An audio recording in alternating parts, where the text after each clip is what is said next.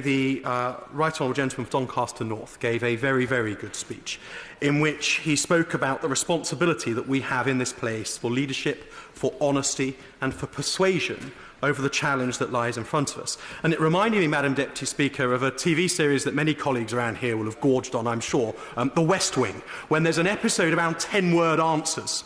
And this is a climate emergency and we must act now is a 10-word answer. It's the easy bit. We can all say that and mean it and want very genuinely to do something about it. But the bit that comes next is hugely challenging, and that's where we've got to start having the conversation with our constituents. The Right Honourable Lady, the Honourable Lady, the Shadow Secretary of State for Business and Industrial Strategy, has some great ideas on this, but at the weekend I saw her on television talking about subsidies for fossil fuels. Well, what she means in that, if you look at the EU's accounting of it, and that was the study she was referring to, is things like 5% VAT on heating fuel. She means the foregone taxation that has been the refusal to implement the motoring fuel escalator. Now, if you count those as subsidies, if you say that that is a subsidy for fossil fuel, fine. We have got to tackle those as issues. We use fossil fuels too much for heating. We use fossil fuels too much for transport. But let's not pretend that in that line, subsidy for fossil fuels, there are not enormous challenges about which we must be honest with our constituents.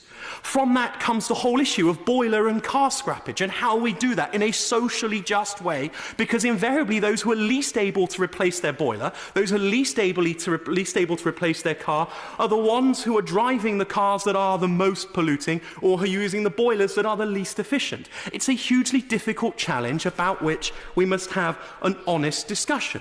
So too the requirement to bring about carbon capture and storage, or to look at hydrogen as a means for allowing our heavy industry to continue. We've got to be honest about the costs of doing that, but also the advantages too. Time, Madam Deputy Speaker, prohibits me to go through a whole list of things that I think that we can, as a Parliament, across the House, lead on, where we can sell a vision of a life that is better, a vision of a life that is more comfortable, a vision of a life that is more sustainable.